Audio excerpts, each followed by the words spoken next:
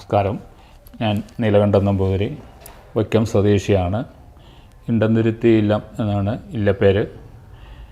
ഞാൻ 1993 ശബരിമല മേശാന്തി സ്ഥാനം കിട്ടുന്നത്. അന്ന് 16 പേരുള്ള ഒരു ലിസ്റ്റിലാണ് ഞാനും ഉൾപ്പെട്ടിരുന്നത്.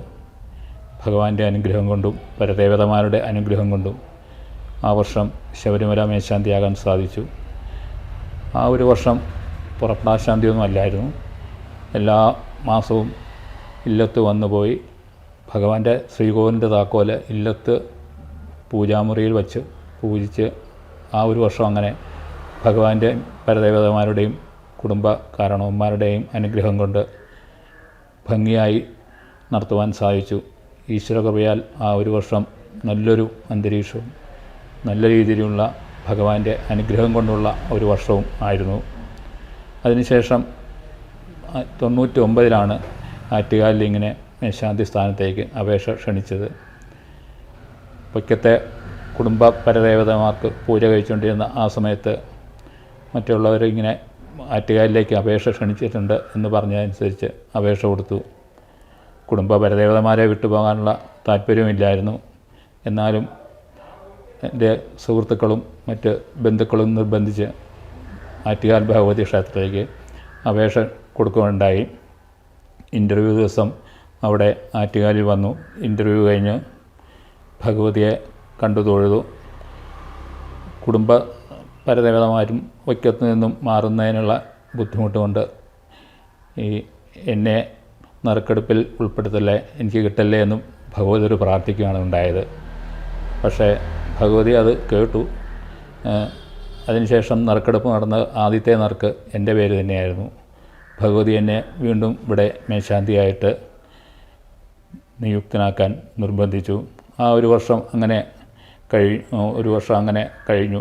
വീണ്ടും ദേവസ്വത്തിൽ നിന്നും വീണ്ടും ഒരു 5 വർഷത്തേക്ക് ഇങ്ങനെ ഓരോ വർഷം നീട്ടി ഭഗവതിയെ സേവിക്കാനുള്ള അവസരം തന്നു. അതിനുശേഷം വീണ്ടും 2 പ്രാവശ്യം കൂടി ഭഗവതിയെ സേവിക്കാനും 7 വർഷം ഭഗവതിയുടെ മേശാന്തിയാകാനും സാധിച്ചിട്ടുണ്ട്. അത് ദേവിയുടെയും അയ്യപ്പൻ്റെയും എല്ലാം കുടുംബ പരദേവന്മാരുടെയും അനുഗ്രഹം കൊണ്ടാണ്. ഒരു വർഷം എന്നുള്ള ഇതിലാണ് ഇവിടെ വന്നത്.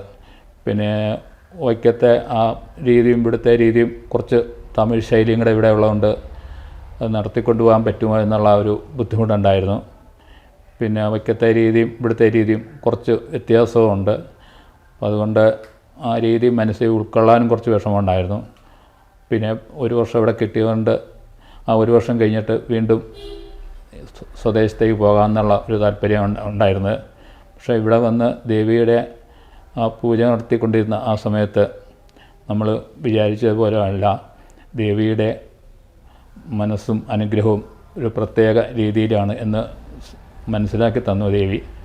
അതായത് നമുക്ക് സാധാരണ രീതിയിൽ ഒരു വടക്കോട് ദർശനമായിട്ടുള്ള ഒരു ഭദ്രകാളി ക്ഷേത്രം എന്ന് പറയുമ്പോൾ അതിശക്തമായിട്ടുള്ള കൊടുങ്ങല്ലൂർ പോലെയുള്ള ശക്തി സ്വരൂപിയാണ്, വലിയ രൗദ്രമായിട്ടുള്ള ഒരു ഭാവമാണ് എന്നാണ് പൊതുവെ എല്ലാവർക്കും ധാരണ. പക്ഷേ അതുപോലെ തന്നെ വടക്കോട് ദർശനമായിട്ടുള്ള ഒരു ക്ഷേത്രമാണ് ആറ്റുകാൽ ഭഗവതി ക്ഷേത്രവും.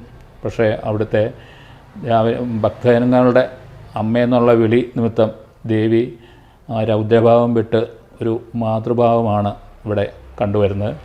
അങ്ങനെയുള്ള ആ ദേവിയുടെ അനുഗ്രഹം കിട്ടുക എന്നുള്ള ഒരു കാലഘട്ടം കൂടിയായിരുന്നു ആ ഒരു വർഷം. അതിനുശേഷം പിന്നീട് ദേവിയുമായിട്ട് കൂടുതൽ ഒരു മനസ്സുകൊണ്ടും ഭക്തി കൊണ്ടും പൂജ കൊണ്ടും കൂടുതൽ അടുക്കാൻ സാധിച്ചു.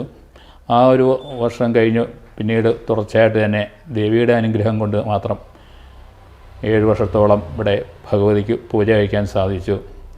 അത് ദേവിയുടെ ഒറ്റ അനുഗ്രഹം കൊണ്ട് ഒരു നിമിത്തം കൊണ്ട് മാത്രമാണ് എന്നുള്ളതാണ് എൻ്റെ വിശ്വാസം. ആറ്റുകാൽ ഭഗവതി ക്ഷേത്രത്തിലെ പൊങ്കാല എന്നത് കണ്ണകി സങ്കല്പത്തിലുള്ള ദേവിയെ മധുരാപുരി ദഹിപ്പിച്ച ശേഷം രൗദ്രഭാവത്തിൽ വരുന്ന ദേവിക്ക് ആറ്റുകാൽ പരിസരത്ത് ഭക്തജനങ്ങൾ പൊങ്കാലയിട്ട് സ്വീകരിച്ച് ദേവിയുടെ കോപത്തിന് ശമനം വരുത്തി എന്നുള്ള ഒരു സങ്കല്പമാണ് ഉള്ളത്. മാത്രമല്ല ഈ പൊങ്കാല പഞ്ചഭൂതാത്മകമായിട്ടുള്ള ഒരു വഴിപാട് കൂടിയാണ്. ഭക്തജനങ്ങൾക്ക് സ്വയമേവ സമർപ്പിക്കുവാനും ദേവിക്ക് അർപ്പിക്കാനും പൂജ നടത്താനുമുള്ള ഒരു വിശേഷ നൈവേദ്യമാണ് ഈ പൊങ്കാല നിവേദ്യം. അത് ദേവി സ്വീകരിക്കുന്നത് മാത്രമല്ല ഭക്തജനങ്ങളുടെ ആഗ്രഹം നിറവേറ്റി തരികയും ചെയ്യും എന്നുള്ളതാണ് പൊതുവെ വരുന്ന വിശ്വാസവും അനുഭവവും അങ്ങനെ തന്നെയാണ്.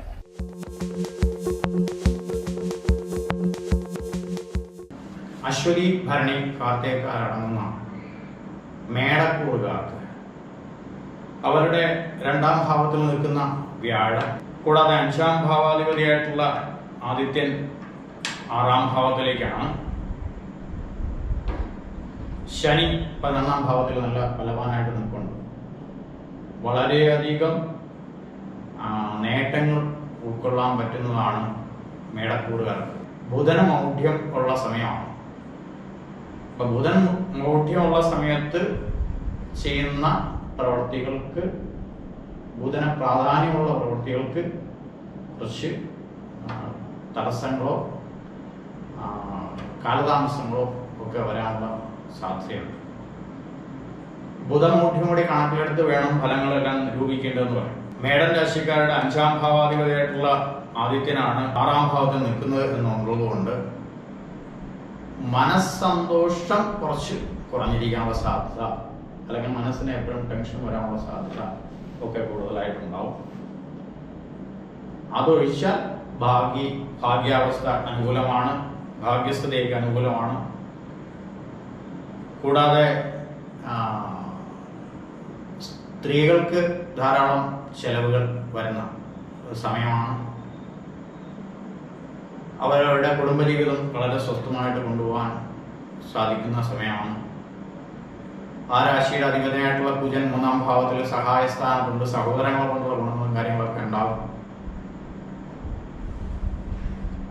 ഇവിടെ വളരെ ശ്രദ്ധിക്കേണ്ടത് മേടൻ രാശിക്കാര് ശ്രീ ശിവനെ, പരമശിവനെ കാര്യമായിട്ടൊന്ന് പ്രാർത്ഥിച്ച് ആ ക്ഷേത്രങ്ങളിൽ ദർശനം നടത്തി അവിടുത്തെ സാധാരണ ചെയ്യാൻ കഴിയുന്ന അർച്ചനകൾ, പൂജകൾ ഇതൊക്കെ ചെയ്ത് മുന്നോട്ട് പോകുന്നത് ഈ രാശിക്കാരെ സംബന്ധിച്ച് വളരെ നല്ലതാണ്. അതുകൂടാണ്ട് വിവാഹ കാര്യങ്ങൾക്കൊക്കെ അനുകൂലമാണ്. ആലോചനകൾ തുടങ്ങേണ്ടവർക്ക് അതിനുള്ള സാഹചര്യമായവർക്കൊക്കെ അതിനുള്ള സാധ്യതകളൊക്കെ തെളിഞ്ഞു പറ്റുന്ന സമയമാണ്. പഠന വിഷയങ്ങളിൽ ഏർപ്പെട്ടിരിക്കുന്നവർക്ക് കുറച്ചൊരു ബുദ്ധിമുട്ടുകൾ വരാനുള്ള സാധ്യതയുണ്ട്. അതൊക്കെ ഒന്ന് ശ്രദ്ധിച്ചാൽ മതി. പൊതുവെ ഒരു 70% കൂടുതൽ അനുകൂലമായിട്ടുള്ള സമയവും അതേസമയം മനസ്വസ്ഥതയ്ക്ക് ഒരാൾക്ക് ബുദ്ധിമുട്ട് ഒക്കെ ഇതിനകത്ത് വരും. എന്തായാലും വളരെ നല്ല സമയത്തിലേക്ക് മുന്നോട്ട് പോകുന്ന ഒരു കാലഘട്ടമാണ് മേടൻ രാശിക്കാർക്ക്. അടുത്തതായിട്ട് ഇടവൻ രാശി.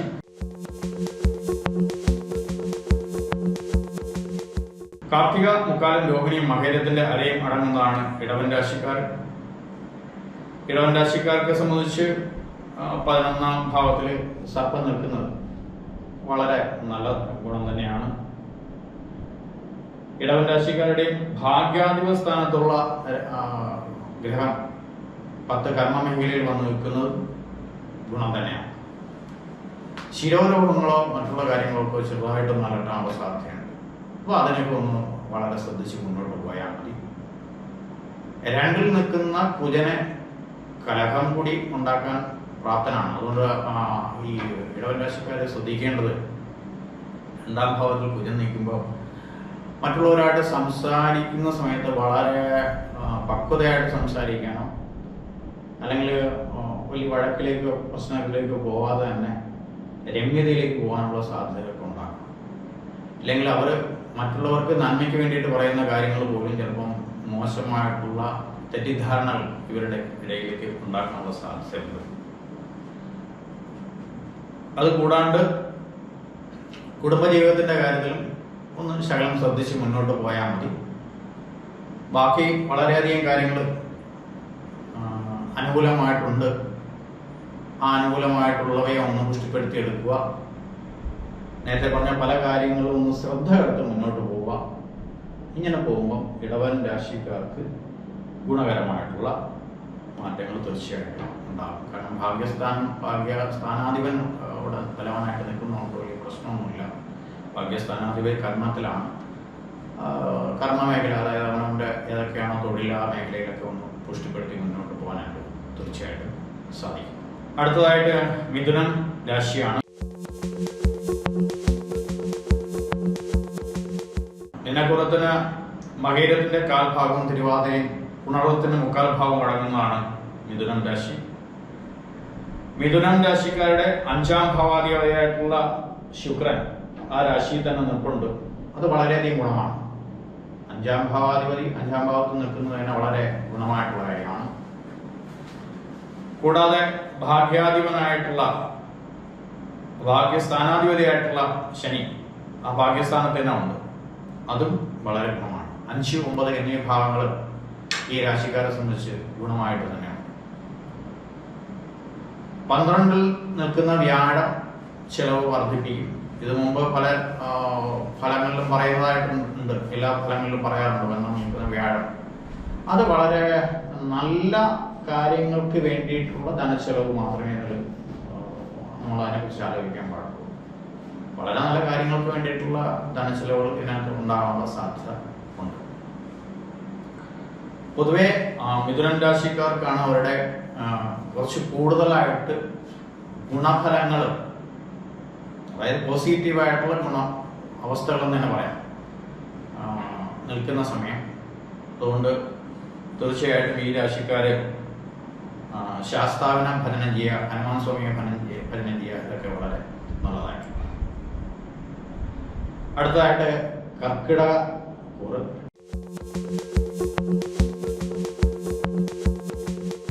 കർക്കിടകക്കൂറിന്റെ 9ാം ഭാവാധിപതിയായിട്ടുള്ള വ്യാഴം ഈ രാശിയുടെ 11ാം ഭാവത്തിൽ ലാഭസ്ഥാനത്തിലുണ്ട്. കർക്കിടകക്കൂറ് തന്നെ പുണർത്തിൽ കാലും പൂയവും ആയില്യവും അടങ്ങുന്നതാണ് കർക്കിടകക്കൂറ്. ഇതിന്റെ സർവേശ്വരകാരനായിട്ടുള്ള വ്യാഴം കർക്കിടകക്കൂറിന്റെ 11ാം ഭാവത്തിൽ ലാഭസ്ഥാനത്തുള്ളത് വളരെയധികം ഗുണം തന്നെയാണ്. 4ാം ഭാവത്തില് ശുക്രൻ ബലവാനായിട്ട് നിൽക്കുന്നു. അത് ഗുണമാണ്. വാഹനമോ വീടിന്റെ കാര്യങ്ങളൊക്കെ ആലോചിക്കുന്നവർക്കോ, വീട് വാങ്ങിക്കാനോ അങ്ങനെയുള്ള സംരംഭങ്ങൾ തുടങ്ങാൻ ആലോചിക്കുന്നവർക്കൊക്കെ അനുകൂലമായിട്ടുള്ള സമയമാണ്. 3ാം ഭാവത്തിൽ ആദിത്യനും കേതുവും നിൽക്കുന്നത് ഗുണമാണ്. ആ രാശിയിൽ നിൽക്കുന്ന ബുധനെ കൊണ്ട് പ്രത്യേകിച്ചൊരു ഗുണമോ ദോഷമോ പറയാൻ പറ്റുന്ന അവസ്ഥയില്ല. കാരണം ബുധന്റെ മൗഢ്യം നേരത്തെ തന്നെ പറഞ്ഞു കഴിഞ്ഞു. മൗഢ്യത്തിലിരിക്കുന്ന ബുധൻ വലിയ ഗുണങ്ങളൊന്നും ചെയ്യാൻ ഉള്ള സാധ്യത ഇല്ലാത്തതുകൊണ്ട് ആ ഭാവത്തിലേക്ക് നമ്മൾ കടക്കുന്നില്ല. കൂടാണ്ട് അഷ്ടമത്തില് ആണ് ശനി സഞ്ചരിക്കുന്നത്. അഷ്ടമ ശനി ഇഷ്ടഫലത്തേക്ക് ചെയ്യും എന്ന് ശാസ്ത്രം കൂടി പറയുന്നുണ്ട്. സ്വാഭാവികമായിട്ട് തന്നെ വലിയ പേടിക്കേണ്ട കാര്യമില്ല. എങ്കിലും ശാസ്താവിനെയും ഹനുമാനെയും നവഗ്രഹങ്ങളെയൊക്കെ നിത്യം വണങ്ങുന്നത്, ശനിയാഴ്ച ദിവസങ്ങളിൽ പോയി വണങ്ങുന്നത് വളരെ നല്ലതാണ്. സർവേശ്വരകാരനായിട്ടുള്ള വ്യാഴം, ആ വ്യാഴം ഈ രാശിയുടെ, അതുകൂടാതെ 6ാം ഭാവാധിപതി 9ാം ഭാവമായിട്ടുള്ള വ്യാഴം 11ൽ നിൽക്കുന്നത് കൊണ്ട് തന്നെ ഗുണമുണ്ടാവും. തീർച്ചയായിട്ടും നല്ല ഫലങ്ങൾ തന്നെ കിട്ടാനുള്ള സാധ്യത ഉണ്ട്. വളരെ ശ്രദ്ധിച്ച് തന്നെ മുന്നോട്ട് പോയാൽ വേറെ കുഴപ്പമില്ല. അടുത്തതായിട്ട് ചിങ്ങക്കൂറ്.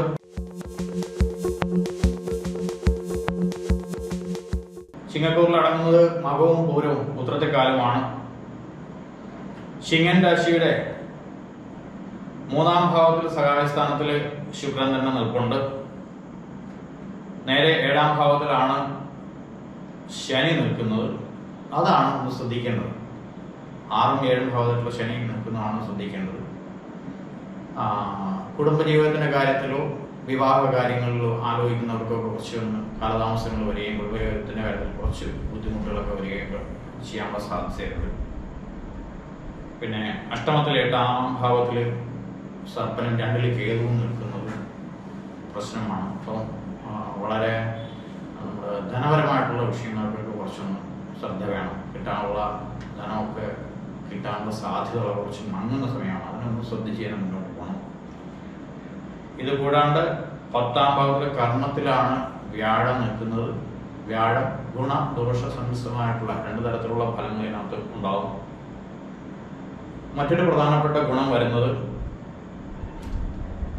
ഇതില് 4ാം ഭാവാധിപതിയും 9ാം ഭാവമായിട്ടുള്ള കുജൻ 11ാം ഭാവത്തിൽ നിൽക്കുന്നത് തീർച്ചയായിട്ടും ഗുണമായിട്ട് വരും.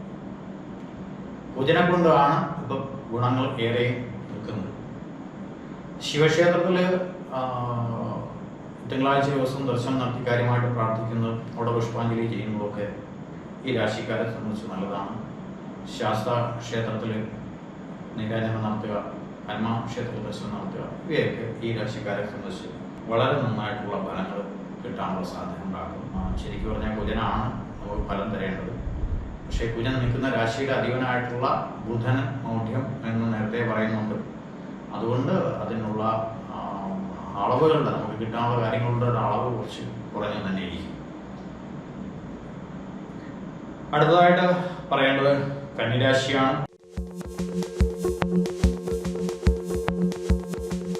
ഉത്രത്തി മുക്കാലും അത്തവും ചിത്രത്തെ അരയും അടങ്ങുന്നതാണ് കന്നിക്കൂർ. കന്നിക്കൂറുകാരെ സംബന്ധിച്ച് ആ രാശിയിൽ തന്നെയാണ് ആദിത്യനും ബുധനും കേതുവും നിൽക്കുന്നത്. ഗുണദോഷം സമ്മിശ്രമായിട്ടുള്ള ഫലങ്ങൾ തന്നെയാണ് അവിടെ കിട്ടുക.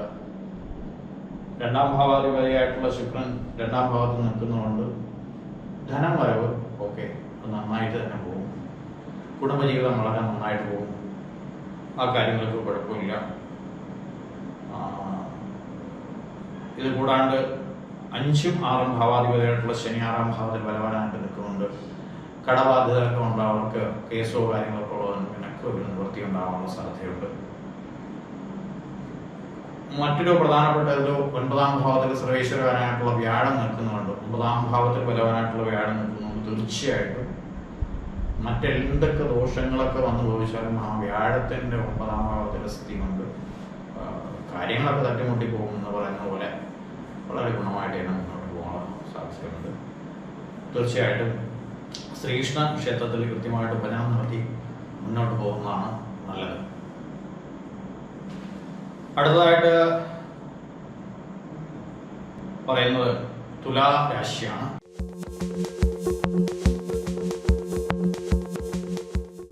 തുലാം രാശിയുടെ ചിത്രത്തരയും ചോദ്യം വിശാഖത്തിൽ മുക്കാലും അടങ്ങുന്നതാണ് തുലാക്കൂർ. തുലാം രാശിയുടെ ആ രാശിയിൽ തന്നെയാണ് ആ രാശിയുടെ അധിപനായിട്ടുള്ള ശുക്രൻ നിലകൊള്ളുന്നത്. 5ാം ഭാവത്തിൽ ശനി, ആ രാശിയുടെ അധിപനായിട്ടുള്ള ശനി 5ാം ഭാവത്തിൽ നിൽക്കുന്നുണ്ട്. അതും ഗുണമാണ്.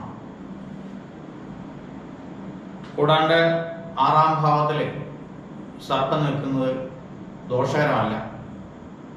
പക്ഷെ അഷ്ടമത്തിൽ 8ാം ഭാവത്തിൽ വ്യാഴം നിൽക്കുന്നു എന്നുള്ള ഒരൊറ്റ കാരണം കൊണ്ട് പല കാരണങ്ങൾക്കും അസുഖകാര്യങ്ങളൊന്നും ശ്രദ്ധിച്ചാൽ മതി.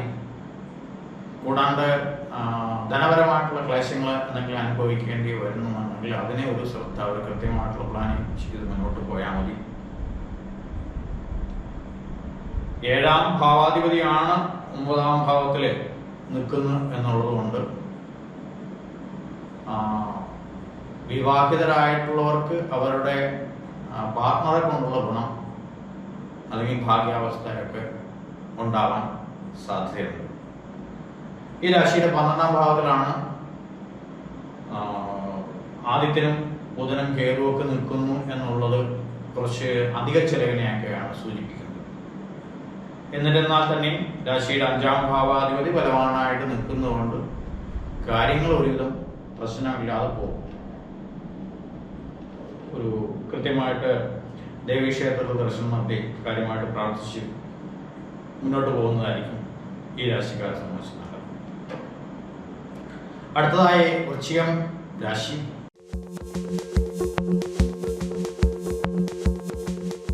വിശാഖത്തെക്കാലം അനിഴവും തൃക്കേട്ടയും അടങ്ങുന്നതാണ് വൃശ്ചികക്കൂറ്.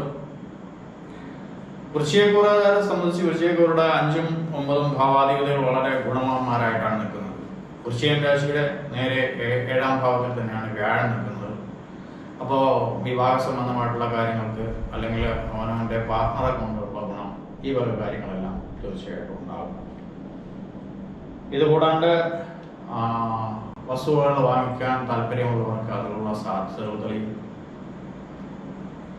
5ാം ഭാവത്തിൽ നിൽക്കുന്ന സർപ്പൻ സന്താനങ്ങളുടെ കാര്യത്തിൽ കുറച്ച് ബുദ്ധിമുട്ടുകൾ ഉണ്ടാക്കാനുള്ള സാധ്യതയുണ്ട്. 8ാം ഭാവത്തിലാണ് കുജൻ നിൽക്കുന്നത് എന്നുള്ളതുകൊണ്ട് ഒന്ന് ശ്രദ്ധയോടുകൂടി മുന്നോട്ട് പോകണം. ചില്ലറ രോഗങ്ങൾ അത് 6ാം ഭാവതയും കൂടിയാണ് 8ാം ഭാവത്തിൽ നിൽക്കുന്നത്. ചില അപ്രതീക്ഷിതമായ രോഗങ്ങൾ ചിലപ്പോൾ ഉണ്ടാകാൻ സാധ്യത. 11ാം ഭാവത്തില് കേതു ഗുണം ആണ്. 10ാം ഭാവാധിപതി തന്നെ ആയിട്ടുള്ള ആദിത്യൻ 11ാം ഭാവത്തിൽ വന്നിരിക്കുന്നത് ഗുണമാണ്. ഈ 2 ഗുണങ്ങളും കൂടി ചേർക്കുമ്പോൾ നേരത്തെ പറഞ്ഞതുപോലുള്ള മിഥുന രാശിയെ പോലെ തന്നെ 5, 9 ഭാവങ്ങൾ ഗുണമായിട്ടുള്ളത് കൊണ്ട് ഏറെക്കുറെ വൃശ്ചികം രാശിക്കാർക്കും ഗുണഫലങ്ങളുടെ അളവ് തോത് വളരെ കൂടി. അടുത്തതായിട്ട് പറയുന്നത് ധനുക്കൂറ്. മൂലവും പൂരാടവും ഉത്രാടത്തിക്കാരും അടങ്ങുന്നതാണ് ധനുരാശി. ധനുരാശിയുടെ 9ാം ഭാവാധിപതിയായിട്ടുള്ള ആദിത്യനാണ് 10 കർമ്മസ്ഥാനത്ത് വന്ന് നിൽക്കുന്നത്. കർമ്മസ്ഥാനത്ത് ആദിത്യം വരുന്നതുകൊണ്ട് ഗുണദോഷ സമ്മിശ്രമായിട്ടുള്ള ഫലങ്ങളാണ് പറയുന്നത്. എന്നാലും നമ്മൾ ജോലി ഉള്ളവരെ സംബന്ധിച്ച് അധികമായിട്ടുള്ള ജോലി ചെയ്യേണ്ടതായിട്ടുള്ള അവസ്ഥ വരും. കിട്ടാൻ ആഗ്രഹിക്കുന്നവർക്ക് അതിനെ വേണ്ടിയിട്ട് ട്രൈ ചെയ്താൽ കിട്ടും എന്നുള്ള ഗുണം ഇതിനകത്തുണ്ട്. 2ഉം 3ഉം ഭാവാധിപതിയായിട്ടുള്ള ശനി 3ാം ഭാവത്തിൽ സഞ്ചരിക്കുന്ന ഗുണം. പക്ഷേ 6ാം ഭാവത്തിലാണ് വ്യാഴം സഞ്ചരിക്കുന്നത് എന്നുള്ളതുകൊണ്ട് ധനത്തിന്റെ വരവ് സ്രോതസ് കുറഞ്ഞ അധിക ചെലവ് കൂടിയിരിക്കാനുള്ള സാധ്യത ഉണ്ടാകും. 5ാം ഭാവാധിപതിയാണ് 7ാം ഭാവത്തിൽ നിൽക്കുന്നത് എന്നുള്ളതുകൊണ്ട് 7ാം ഭാവാധിപതിയായിട്ടുള്ള വ്യാഴം മൗഢ്യപ്രധാനമായതുകൊണ്ട് അവരവരുടെ പാർട്ട്ണറെ സംബന്ധിച്ച് കുറച്ച് ബുദ്ധിമുട്ടുകൾ വരാനുള്ള സാധ്യത കൂടുതലായിട്ട് വരും. ആ കാര്യങ്ങളൊന്നും വളരെ ശ്രദ്ധിച്ച് മുന്നോട്ട് പോകുന്നതായിരിക്കും നല്ലത്. വിവാഹിതരായിട്ടുള്ള ഒരു ഭാര്യാഭർത്തൃ ബന്ധത്തിൽ കുറച്ച് മുഷ്ടിലോ കാര്യങ്ങളോ ഒക്കെ ഉണ്ടാവാനുള്ള സാധ്യതയുണ്ട്. അവരുടെ സാമ്പത്തിക പ്രശ്നങ്ങൾ കുറച്ച് വരാനുള്ള സാധ്യതയുണ്ട്. ചെറിയ രോഗങ്ങൾ ദുരിതങ്ങളൊക്കെ ഇവരുടെ ഇടയിൽ കണ്ടുവരാറുണ്ട്. 11ാം ഭാവത്തിൽ ശുക്രൻ നിൽക്കുന്നത് കൊണ്ട് ഗുണഫലങ്ങൾ പേര് തന്നെ ഇരിക്കും. നല്ല കാര്യങ്ങൾക്കുള്ള അധിക ചെലവ് ഇതിനകത്ത് വരാൻ സാധിക്കും. ഈ രാശിക്കാർ ശരിക്ക് ശിവക്ഷേത്രത്തിൽ ദർശനം നടത്തി കാര്യമായിട്ട് പ്രാർത്ഥിച്ച് മുന്നോട്ട് പോകുന്നത് അവരുടെ ആയുസ്സിനും ആരോഗ്യത്തിനും ഒക്കെ വളരെ നല്ലതാണ്. കൂടാതെ ശ്രീകൃഷ്ണ ക്ഷേത്രത്തിൽ ശിവൻ ശ്രീകൃഷ്ണ ക്ഷേത്രം ഈ 2 ക്ഷേത്രങ്ങൾ ദർശനം നടത്തുന്നതായിരിക്കും ഇപ്പോഴത്തെ സമയത്ത് വളരെ നല്ലത്. അടുത്തതായിട്ട് മകരം രാശിയാണ്. ഉത്രാടത്തെ മുക്കാലും തിരുവോണം അവിട്ടത്തിന്റെ അരയും അടങ്ങുന്നതാണ് മകരം രാശി. മകരം രാശിയുടെ 5ാം ഭാവത്തിലാണ് വ്യാഴം നിൽക്കുന്നത് എന്നുള്ളതുകൊണ്ട് മനസ്സന്തോഷം ഉണ്ടാവും. 2ല് ബലവാനായിട്ട് ശനിയുണ്ട്. ധനം വരും, കുടുംബജീവിതം സ്വസ്ഥമാവും, കുഴപ്പമില്ല. 3ാം ഭാവത്തിൽ സഹായസ്ഥാനത്ത് സർപ്പൻ നിൽപ്പുണ്ട്. 6ൽ കുജൻ നിൽക്കുന്നത് വളരെ നല്ലതാണ്. 4ഉം 11 ഭാവത്തിലുള്ള കുജൻ 6ൽ നിൽക്കുന്നത് വളരെ നല്ലതാണ്. പൊതുവെ ഈ രാശിക്കാരെ സംബന്ധിച്ച് മകരം രാശിക്കാരെ സംബന്ധിച്ച് ഗുണഫലങ്ങളുടെ അളവ് കൂടി നിൽക്കുന്ന സമയമാണ്. കടബാധ്യത ഉണ്ടായിരുന്നവർക്ക് അതിനെയൊക്കെ ഒന്ന് പരിഹരിക്കാനുള്ള സാധ്യതകൾ തെളിയും. കേസോ അതുമായിട്ട് ബന്ധപ്പെട്ടവർക്ക് അവർക്ക് കൂടുതലായി വിജയം കണ്ടെത്താനുള്ള സാധ്യതകൾ തെളിയും. അത് കൂടാണ്ട് 9ാം ഭാവത്തില് ഭാഗ്യസ്ഥാനത്താണ് ആദിത്യം നിൽക്കുന്നത്. ഏറെക്കുറെ വളരെ നല്ല ഫലങ്ങൾ തന്നെയാണ് മകരം രാശിക്കാരെ സംബന്ധിച്ച് ഉണ്ടാകാൻ. അടുത്തതായിട്ട് പറയുന്നത് കുംഭം രാശിയാണ്.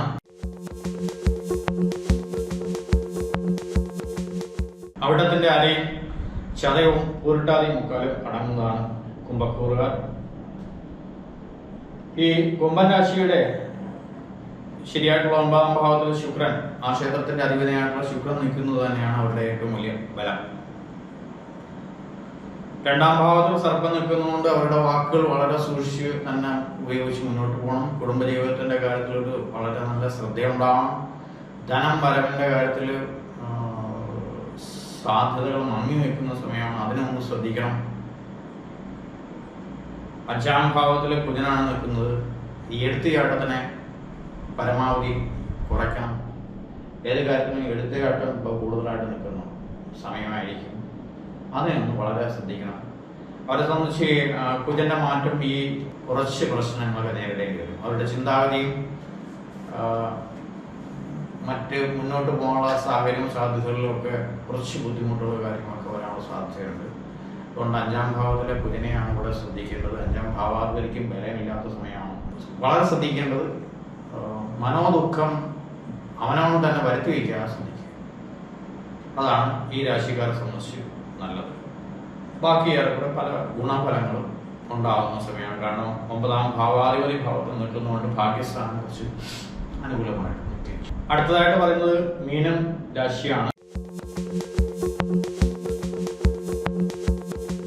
രാശികൾ അവസാനത്തെ രാശിയായ മീനം രാശി പൂരട്ടാതി കാലം ഉത്രട്ടാതിയും രേവതിയും അടങ്ങുന്നതാണ് മീനം രാശി. മീനം രാശിക്കാരെ സംബന്ധിച്ച് ഈ രാശിയുടെ 5-ാം ഭാവമായിട്ടുള്ള ചന്ദ്രന്റെ ബലം മാത്രമേ നമുക്ക് ഗുണമായിട്ട് എടുക്കാൻ കഴിയുള്ളൂ ഇപ്പോഴത്തെ അവസ്ഥയിൽ. കാരണം നേരെ 7-ാം ഭാവത്തിൽ ആദിത്യം വന്നിരിക്കുന്ന സമയമാണ്. അത് അവരവരുടെ പാർട്ട്ണറെ സംബന്ധിച്ച് മീൻസ് ഭാര്യാഭർത്തൃ ബന്ധത്തിലായിരുന്നാലും ഒക്കെ ചില ബുദ്ധിമുട്ടുകളോ അസുഖങ്ങളോ ഒക്കെ വന്നുകൂടാനുള്ള സാധ്യത, അസ്വാരസ്യങ്ങളോ വന്നുകൂടാനുള്ള സാധ്യത. രാഹുകേതുക്കളുടെ ഇൻഫ്ലുവൻസ് ഉള്ള സമയമാണ്. അഷ്ടമത്തിലാണ് ശുക്രൻ എന്നുള്ളത് കൊണ്ട് അതിന് ഗുണദോഷ സമ്മിശ്രമായിട്ടാണ് പറയാറുള്ളത് സാധാരണ. 11-ാം ഭാവത്തിൽ 11-ാം ഭാവത്തിൽ നിൽക്കുന്നുണ്ട്. ചിലവുകളുടെ അളവ് തന്നെ വളരെ കൂടിയിരിക്കും. 3-ാം ഭാവത്തിൽ നിൽക്കുന്ന വ്യാഴത്തിനെ കൊണ്ടും വലിയ ഗുണമൊന്നും പറയാൻ സാധിക്കില്ല. മീനൻ രാശിക്കാർ വളരെ ശ്രദ്ധിച്ച് തന്നെ മുന്നോട്ട് പോകേണ്ടതായിട്ടുള്ള സമയമാണ്. ദേവീക്ഷേത്രങ്ങളുടെ ദർശനം നടത്തി കാര്യമായിട്ട് പ്രാർത്ഥിച്ച് മുന്നോട്ട് പോകേണ്ട സമയമാണ്. വിഷ്ണു ഭജനം അവർക്ക് നല്ലതാണ്. വിഷ്ണു ക്ഷേത്ര ദർശനം നല്ലതാണ്. ദേവീക്ഷേത്ര ദർശനം നല്ലതാണ്. അവിടെയുള്ള അവനവനായി കഴിയുന്ന തരത്തിലുള്ള വഴിപാടുകളൊക്കെ നടത്തി മുന്നോട്ട് പോകുന്നതായിരിക്കും ഈ രാശിക്കാരെ സംബന്ധിച്ച് വളരെ നല്ലത്. പൊങ്കാല ദിവസം രാവിലെ ഒരു അഭിഷേകം നിവേദ്യവും പൂജ മാത്രമേ ഉള്ളൂ. അതിനുശേഷം ഏതാണ്ട് 9 മണിക്ക് ശേഷമാണ് പൊങ്കാല അടുപ്പയിൽ തീ പിടിപ്പിക്കുന്നത്. ആ സമയം അകത്ത് തന്ത്രിയും മേശാന്തിയും അകത്തുണ്ടാവും, ശ്രീകോവിലിനകത്തുണ്ടാവും. ആ ഒരു മുഹൂർത്ത സമയത്ത് ശ്രീകോവിലിൽ നിന്ന് കൊടിവിളക്ക് ദീപം പകർന്ന് തന്ത്രി മേശാന്തി കൊടുക്കുന്നു. മേശാന്തി അത് അകത്തെ തടപ്പള്ളിയിലും പുറത്തെ തടപ്പള്ളിയിലും കത്തിച്ച് ദീപം നടക്കൽ വന്ന് സഹമേശാന്തിക്ക് കൊടുക്കുന്നു. സഹമേശാന്തിയാണ് പൊങ്കാല ദിവസം മറ്റേ ദേവിയുടെ മുമ്പിലുള്ള ആ വലിയ അടുപ്പിൽ തീ പിടിപ്പിക്കുന്നത്. അതിനുശേഷം ബാക്കി ഭക്തജനങ്ങൾ ഉള്ള എല്ലാ ഭക്തജനങ്ങൾ സമർപ്പിക്കുന്ന പൊങ്കാല അടുപ്പിലേക്ക് തീ പകരുന്നു. അങ്ങനെയാണ് അന്നത്തെ പൊങ്കാല ദിവസത്തെ തീ പിടിപ്പിക്കുന്ന ചടങ്ങ്. അതിനുശേഷം ഒരു പൂജ നടത്തും. നിവേദ്യമെല്ലാം ആയാൽ ഏതാണ്ട് 1 മണിയോടുകൂടി പൂജ നടത്തുന്നു. ആ പൂജയ്ക്ക് ഈ നിവേദ്യങ്ങളെല്ലാം നിവേദിച്ചതിന് ശേഷം പിന്നീട് ബാക്കി വൈകുന്നേരം കുത്തിയോട്ടത്തിൻ്റെ കുട്ടികളെ ചൂരൽ കുത്തൽ ചടങ്ങ് നടത്തുന്നു. അതേതാണ്ട് 7 മണിക്കാണ്. അതിനുശേഷം കുട്ടികളുടെ ആ ചടങ്ങ് കഴിഞ്ഞാൽ ദേവിയെ പുറത്തേക്ക് എഴുന്നള്ളിക്കുകയാണ്. ഏതാണ്ട് 11 മണിക്ക് ശേഷം പുറത്തേക്ക് എഴുന്നള്ളുന്ന ദേവിയെ മണക്കാട് ശാസ്താവിൻ്റെ അമ്പലത്തിൽ വന്ന് അവിടെ ഇറക്കി പൂജ നടത്തുന്നു. അവിടുന്ന് പിറ്റേ ദിവസം ദേവി തിരിച്ച് ക്ഷേത്രത്തിൽ എത്തുന്നതോടുകൂടിയാണ് തലേദിവസത്തെ ബാക്കി പൂജാചടങ്ങുകളൊക്കെ നടത്തുന്നത്. അതിനുശേഷം തലേദിവസത്തെ ഉച്ചപൂജകൾ തൊട്ട് വൈകുന്നേരം ദീപാരാധന, അത്താഴപൂജ എന്നിങ്ങനെ ചടങ്ങ് നടത്തുന്നു. അതിനുശേഷമാണ് അന്നത്തെ ദിവസത്തെ പൂജകളും ബാക്കി നടത്തുന്നത്. തലേദിവസം പൊങ്കാല നിവേദ്യം കഴിഞ്ഞാൽ മറ്റു പൂജകളൊന്നും അകത്ത് ഉണ്ടാവുകയില്ല. മറ്റ് ദീപാരാധന പോലുള്ള ചടങ്ങുകളൊക്കെ പിറ്റേ ദിവസം ആണ് നടത്തുന്നത്. ശിവേലി, ദീപാരാധന, അത്താഴപൂജ, ഉച്ചപൂജ അങ്ങനെയുള്ള ചടങ്ങുകളൊക്കെ പിറ്റേ ദിവസം മാത്രമേ നടത്താറുള്ളൂ. അങ്ങനെയാണ് ഇവിടുത്തെ ഒരു പൊങ്കാല ദിവസത്തെ ചടങ്ങ്. സാധാരണഗതിയിൽ സ്ത്രീകളാണ് പൊങ്കാല ഇടുന്നത്. സ്ത്രീകൾ ഒരു 7 ദിവസത്തെ വ്രതമെങ്കിലും എടുത്തിരിക്കണം. മറ്റ് മാംസാദികളും പാടില്ല. ശരീരശുദ്ധി ഉണ്ടായിരിക്കണം. 7 ദിവസം രാവിലെയും വൈകുന്നേരവും കുളിച്ച് വൃത്തിയായി ദേവീ ഭക്തിയായിട്ട് ദേവിയെ മനസ്സിൽ പ്രാർത്ഥിക്കുക. അടുത്ത ക്ഷേത്രമുണ്ടെങ്കിൽ ക്ഷേത്രത്തിൽ പോയി തൊഴുത് ദേവീ നാമങ്ങളും കീർത്തനങ്ങളും ചൊല്ലണം. അതിനുശേഷം വേണം പൊങ്കാലയെടുപ്പിൽ തീ പിടിപ്പിച്ച് ദേവിക്ക് പൊങ്കാല സമർപ്പിക്കാൻ. ഇങ്ങനെ സമർപ്പിക്കുന്ന ഈ പൊങ്കാല നൈവേദ്യം ദേവി സ്വീകരിക്കുന്നു മാത്രമല്ല, അവർക്ക് എല്ലാവിധ അനുഗ്രഹവും നൽകുമെന്നാണ് വിശ്വാസം. ശരീരശുദ്ധിയാണ് പ്രധാനമായിട്ടുള്ള. മറ്റ് ഒന്നില്ലെങ്കിൽ കോടി വസ്ത്രം അല്ലെങ്കിൽ അലക്കിയ വസ്ത്രം ശുദ്ധമായിട്ട് മാറ്റിവെച്ച് കുളി കഴിഞ്ഞ് ശുദ്ധമായിട്ടുള്ള വസ്ത്രം ധരിച്ച് വേണം പൊങ്കാല സമർപ്പിക്കാൻ. അങ്ങനെയാണ് അതിൻ്റെ ശരീരശുദ്ധിയുടെയും കാര്യങ്ങളുടെയും ഒരു നീക്ക്. പൊങ്കാലയ്ക്കുള്ള ഒരുക്കമെന്ന് പറഞ്ഞാൽ പൊങ്കാല ദിവസം തലേദിവസം അവിടെ ചെന്ന് ആ പരിസരങ്ങളെല്ലാം ശുദ്ധമാക്കി കുളിച്ച് വൃത്തിയായി പരിസരം ശുദ്ധി വരുത്തി അന്നേ ദിവസം പുതിയ ഇഷ്ടികകളും കല്ലുകളും വച്ച് ദേവിക്ക് സമർപ്പിക്കാനുള്ള പൊങ്കാല നിവേദ്യാദി വസ്തുക്കൾ ശുദ്ധമായ സ്ഥലത്ത് വെച്ച് അന്ന് ആ പൊങ്കാല സമയം കണക്കാക്കി ദേവിയുടെ തീ പിടിപ്പിച്ചു കഴിഞ്ഞാൽ അന്നേ ദിവസം പാത്രങ്ങളും ശുദ്ധമായിട്ടുള്ള മറ്റ് ദ്രവ്യങ്ങളും സമർപ്പിക്കുകയാണ് ചെയ്യുന്നത്. ഏതൊരു പൂജയ്ക്കും ഗണപതി ഒരുക്കെന്നുള്ള ഒരു പ്രാധാന്യമാണ്. ഏത് പൂജ നടത്തുമ്പോഴും ഏത് ഹോമം നടത്തുമ്പോഴും എല്ലാത്തിനും ഗണപതി ഭഗവാന്റെ അനുഗ്രഹം അത്യന്താപേക്ഷിതമാണ്. എല്ലാ കാര്യങ്ങൾക്കും വിജയമുണ്ടാക്കുവാൻ ഗണപതി ഭഗവാനെ പ്രാർത്ഥിക്കണം എന്നാണ് നമ്മുടെ ഹിന്ദുക്കളുടെ വിശ്വാസം. പൊങ്കാല ഇടുന്നതിന് പുലവാലായ്മ ഉള്ളവർ ആ പുലവാലായ്മ കഴിഞ്ഞതിന് ശേഷം ശരീരശുദ്ധി വരുത്തി കുളിച്ച് ക്ഷേത്ര കുളത്തിലോ അല്ലെങ്കിൽ മറ്റ് പുഴയിലോ കുളിച്ച് ശുദ്ധമായിട്ട് വേണം ബാക്കി പൊങ്കാല സമർപ്പിക്കാനുള്ള തയ്യാറെടുപ്പ് നടത്തേണ്ടത്. അതുപോലെ തന്നെ മാസമുറ ഉള്ളവർ 7 ദിവസമെങ്കിലും കഴിഞ്ഞതിന് ശേഷമേ പൊങ്കാല അടുപ്പിൽ തീ പിടിപ്പിക്കുന്നതിന് വരാൻ പാടുള്ളൂ. അങ്ങനെ ശരീരശുദ്ധിയും മനഃശുദ്ധിയും കൊണ്ട് മാത്രമേ പൊങ്കാല സമർപ്പിച്ചാൽ മാത്രമേ ദേവി അത് സ്വീകരിക്കുകയും അനുഗ്രഹിക്കുകയും ചെയ്യുള്ളൂ. അത് ഭഗവതിയെ അന്നപൂർണേശ്വരി സങ്കല്പത്തിലുള്ള അന്നപൂർണേശ്വരിയെ മനസ്സിൽ വിചാരിച്ച് ദേവിക്ക് പൊങ്കാല അടുപ്പിൽ അരി സമർപ്പിക്കുന്നതാണ് ഏറ്റവും ഉത്തമം. ആ ഒരു സങ്കല്പം മാത്രം മതി ദേവിക്ക്. മന്ത്രങ്ങളൊന്നും വേണ്ട.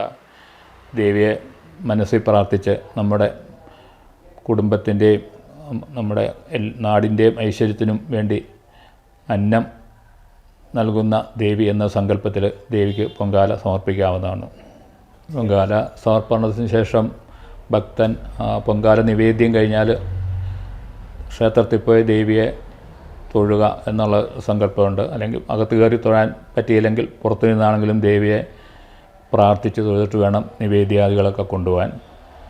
അതോടുകൂടി ആ പൊങ്കാല വ്രതം പൂർത്തിയാകുന്നു എന്നുള്ള സങ്കല്പമാണ് ഉള്ളത്. പൊങ്കാല നിവേദ്യം ഒരിക്കലും നശിപ്പിക്കാൻ പാടില്ല. അത് ഭക്തജനങ്ങൾക്ക് കൊടുക്കുന്നതാണ് ഒന്നും കൂടെ ഉത്തമം. നമ്മൾ ആവശ്യത്തിന് എടുത്തു കഴിഞ്ഞാൽ ബാക്കിയുള്ളത് മറ്റ് ആൾക്കാർക്ക് കൊടുക്കുന്നതിന് യാതൊരു വിഷമവുമില്ല. അതുകൊണ്ട് എല്ലാ ഗുണങ്ങളും ഉണ്ടാകുന്നു, ദേവിയുടെ അനുഗ്രഹവും ഉണ്ടാകും. മാത്രമല്ല എല്ലാ അനുഗ്രഹങ്ങളും ദേവി തരും എന്നാണ് വിശ്വാസം. വീടുകളിൽ അകത്തിടുന്നതിന് ആ വീട് പരിശുദ്ധമായിരിക്കണം. പിന്നെ മനഃശുദ്ധി ഉണ്ടായിരിക്കണം. മനസ്സിന് ഏറ്റവും കൂടുതൽ ദേവിയോടുള്ള വിശ്വാസം ഉണ്ടായിരിക്കണം. ഇത് മൂന്നും ഉണ്ടെങ്കിൽ ഫ്ലാറ്റുകളിലും പൊങ്കാല സമർപ്പിക്കാവുന്നതാണ്. അല്ലാത്ത പക്ഷം പുറത്ത് ആ ഫ്ലാറ്റിലുള്ള ആൾക്കാരെല്ലാം കൂടി പുറത്ത് സ്ഥലശുദ്ധി വരുത്തി അവിടെ പൊങ്കാല സമർപ്പിച്ച് ദേവിക്ക് നിവേദ്യം നടത്താവുന്നതാണ്. വെടിവഴിപാട് ഒരു ആചാരം ആണ്.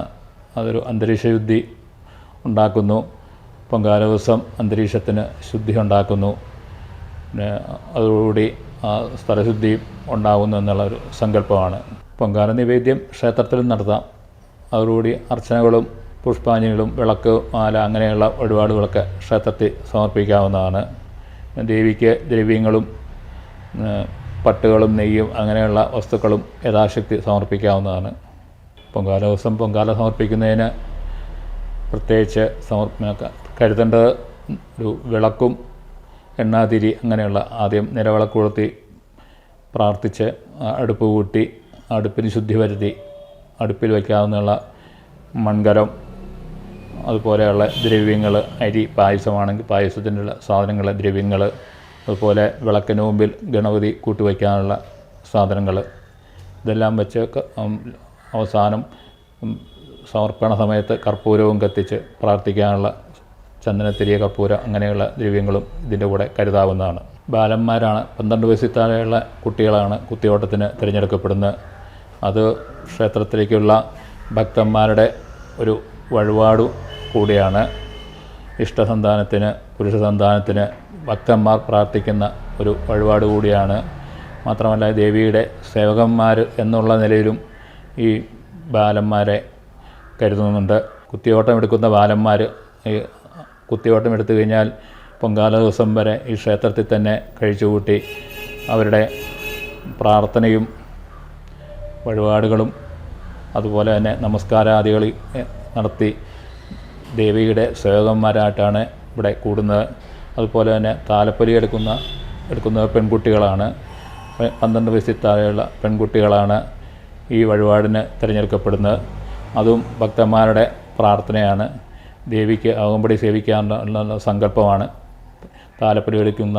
അതുപോലെ തന്നെ ഈ കുത്തിയോട്ടവും ഉണ്ടപ്പറ്റ തിരടി എന്നൊരു ദേവിക്ക് ഇഷ്ടപ്പെട്ട വഴിപാടാണ്. പ്രത്യേകിച്ച് ശിരോരോഗ സംബന്ധമായിട്ടുള്ള അസുഖങ്ങൾക്ക് ഭക്തന്മാർ നിശ്ചയിക്കുന്ന ഒരു വഴിപാട് കൂടിയാണത്.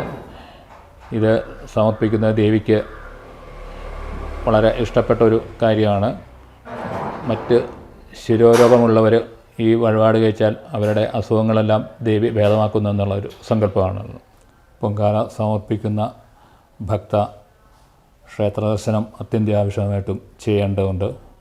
അങ്ങനെ പൊങ്കാല സമർപ്പിക്കുന്ന ഭക്ത ദേവീനാമം ഉരുവിട്ടുകൊണ്ട് ക്ഷേത്ര നാലമ്പലത്തിനകത്ത് പ്രവേശിച്ചു കഴിഞ്ഞാൽ ദേവിയുടെ നാമം മാത്രം മനസ്സിൽ ഉണ്ടായിരിക്കണം.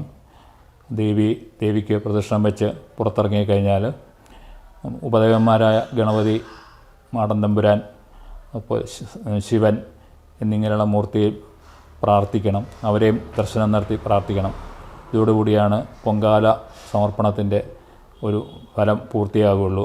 ഇങ്ങനെ സമർപ്പിക്കുന്ന മനസ്സുകൊണ്ടും ശരീരം കൊണ്ടും സമർപ്പിക്കുന്ന ഈ പൊങ്കാല നിവേദ്യം ദേവി സ്വീകരിക്കും, ആ ഭക്തയെ അനുഗ്രഹിക്കും എന്നാണ് നമ്മുടെ എല്ലാം വിശ്വാസവും അനുഭവവും. അമ്മയെ ശരണം.